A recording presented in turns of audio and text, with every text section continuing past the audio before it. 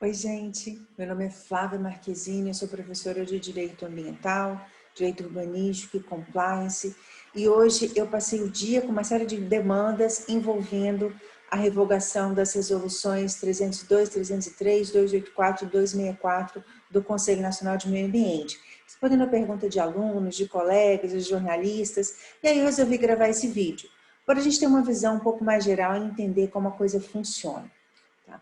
Já havia uma pressão e até mesmo um parecer da Advocacia Geral da União para a revogação de algumas dessas resoluções, em especial a 303. A resolução 303 do Conselho Nacional de Meio Ambiente, ela regulamentava as áreas de preservação permanente no Brasil. É importante que se diga que a Advocacia Geral da União apontava uma inconstitucionalidade formal nessa lei, principalmente quando ela estabelecia uma APP que, segundo eles, não estaria expressamente prevista no Código Florestal, que é justamente aquela faixa de restinga situada entre a pré-mar média e 300 metros, né, para dentro do território. Então, essa APP, segundo a AGU, seria uma criação da resolução do CONAMA, e como a gente já sabe, resolução é um ato infralegal, não pode inovar a ordem jurídica. Para a gente entender esse imbróglio todo, primeiro a gente precisa entender o que é o CONAMA, o Conselho Nacional de Meio Ambiente, quais são as suas atribuições, para tentar fazer uma análise crítica aí de quem tem razão nessa história toda. O Conselho Nacional de Meio Ambiente é o órgão consultivo e deliberativo do Sistema Nacional de Meio Ambiente. Ele está previsto na Lei 6938, de 81, né? E segundo essa mesma lei, ele tem diversas atribuições, dentre elas a de elaborar normas e padrões de qualidade ambiental. Isso significa que compete por lei ao Conselho Nacional de Meio Ambiente, que é um órgão deliberativo e consultivo. Isso significa que as suas resoluções não precisam sequer ser submetidas ao presidente da República, né, quando se trata dessa atribuição, porque nesse caso ele é deliberativo, o que ele decidir está decidido, né, e vincula a todos que, né, que se submetem à ordem jurídica ambiental. E nesse caso, então, né, essa resolução essas resoluções do Conselho Nacional de Meio Ambiente, então, elas vêm regulamentar o que está na lei. Né? Compete ao CONAMA, então, estabelecer normas técnicas, parâmetros objetivos. Né? Alguns membros argumentam, alguns membros da AGU e do Conselho, a gente assistiu à reunião, e do ministro do Meio Ambiente, por exemplo, argumenta que a resolução 303 é incompatível com o sistema do novo Código Florestal, que é 2012, essa resolução é anterior, é de 2002, e por isso são necessárias resoluções novas. Então, são muitos os argumentos jurídicos e, vamos dizer assim, relativamente válidos para defender a revogação da resolução 303, da 302 e até mesmo das demais.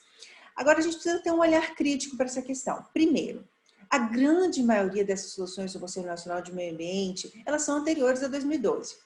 A principal e a mais utilizada resolução do CONAMA hoje é a 237 de 97, que regulamenta o procedimento do licenciamento ambiental.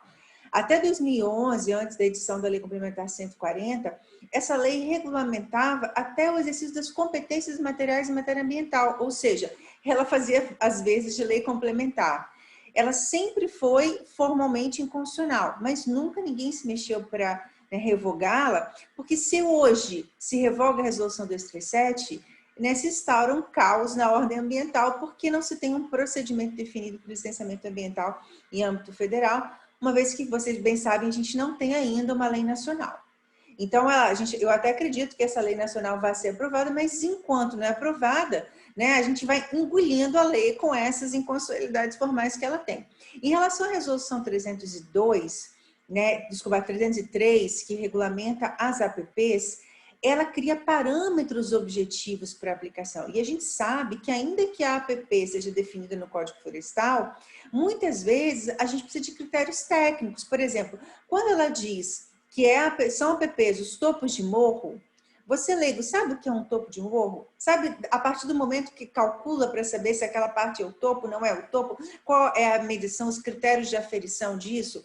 Não, porque na área ambiental a gente lida muito com informações científicas e técnicas. A gente utiliza até mesmo de normas da ABNT e as resoluções do Conselho Nacional de Meio Ambiente têm esse poder de regulamentar, de possibilitar, por meio de elementos técnicos, científicos, a fiel aplicação da lei. E é isso que fazem essas resoluções.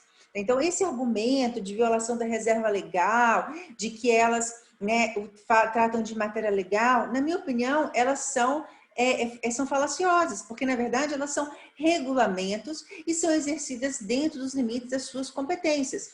Vez ou outra acontece uma ultrapassagem, vez ou outra uma resolução inova a ordem jurídica, pode acontecer em alguns casos, mas isso acontece principalmente quando não se consegue, no âmbito legislativo, no Congresso Nacional, viabilizar, como, por exemplo, o licenciamento ambiental.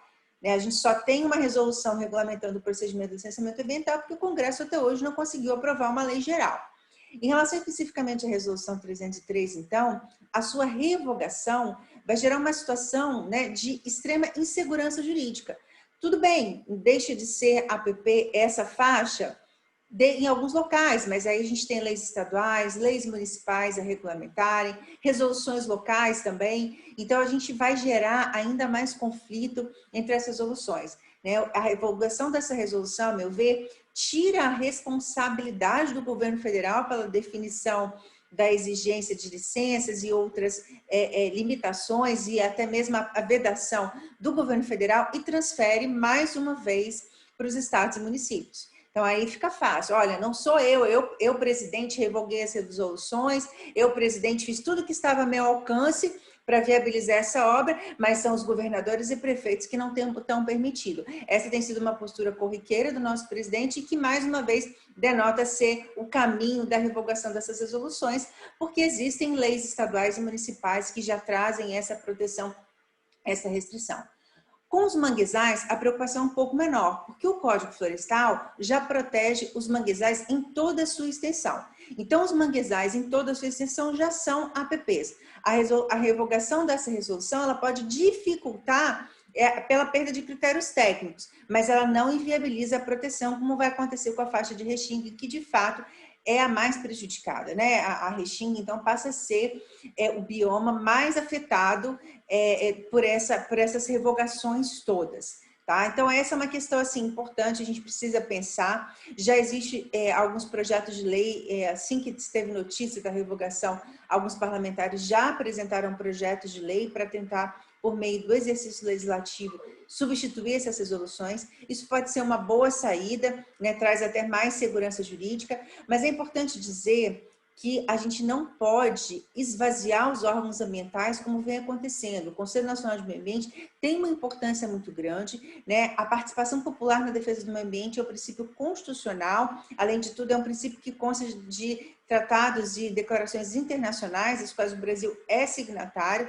Então, é importante que se assegure essa participação. O CONAMA é um órgão paritário, com participação da sociedade civil, ele já teve o número de membros bastante reduzido, mas ele tem por objetivo dar transparência, permitir, né, que as várias vozes, o Brasil é um país que tem um território extenso e por isso são múltiplos os interesses. Quando a gente tem um órgão somente a presença do poder público ou somente a presença de determinados segmentos, né, econômicos da sociedade civil, a gente não tem uma democracia substancial, porque a gente tem, na verdade, uma oligarquia, né, a presença de pequenos grupos que acabam sendo os únicos que têm voz.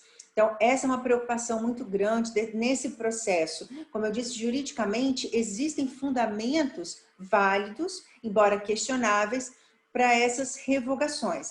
Mas é muito importante que a gente não permita, que a sociedade não permita que a pretexto de flexibilizar, né, a gente acabe com a proteção, a gente perca aí, a estrutura dos órgãos ambientais, a gente perca o nosso direito à participação, a heterogeneidade democrática, né, isso é algo com o qual a gente tem que ficar atento, tá?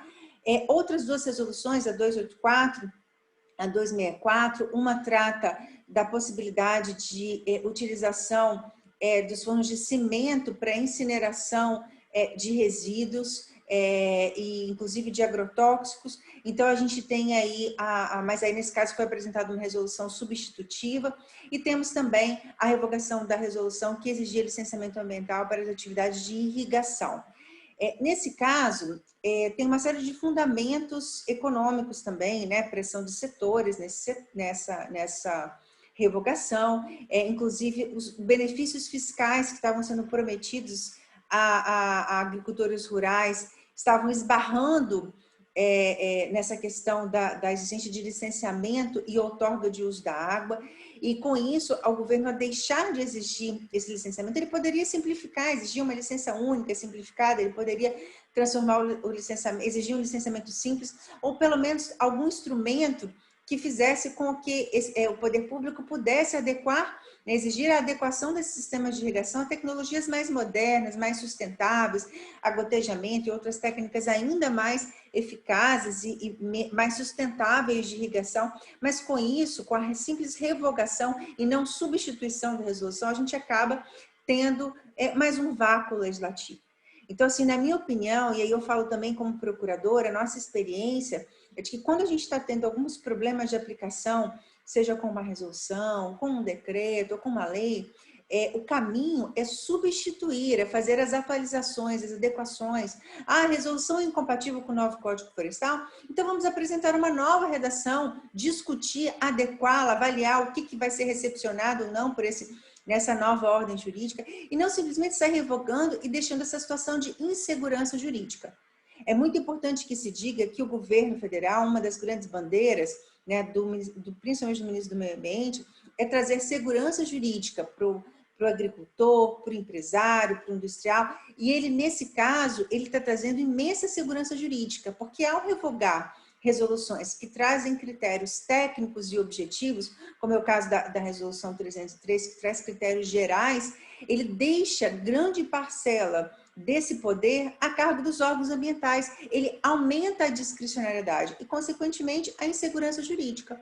Então, o tiro, né, essa ideia de passar a boiada, né, pode, em alguns pontos, sair pela culatra e prejudicar o próprio setor econômico.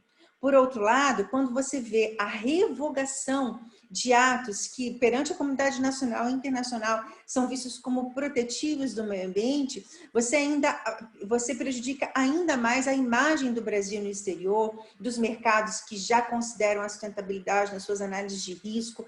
Você, de certa forma, aumenta o risco Brasil, né? Então, essa visão me parece estar faltando, né, à equipe de meio ambiente e ao próprio Conselho de Meio Ambiente nesse momento.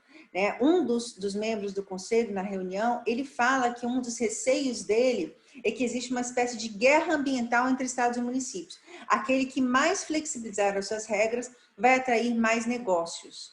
Será que é esse tipo de Brasil que a gente quer? Não é o Brasil que a Constituição preconiza. O Brasil que a Constituição preconiza é um Brasil que é regido pelo princípio da cooperação federativa. O artigo 241 da Constituição, né, fomenta essa cooperação entre os entes. E mais, o artigo 225 diz para a gente que todos têm direito ao meio ambiente ecologicamente equilibrado, bem de uso comum do povo, essencial à sadia qualidade de vida, impondo o seu poder público e a coletividade o dever de defendê-lo e preservá-lo para as presentes e futuras gerações. Será que o poder público está cumprindo com o seu dever de defender e preservar o meio ambiente para as presentes e futuras gerações? Só o futuro irá dizer. Obrigada pela atenção de vocês, gente. É isso. Beijo a todos.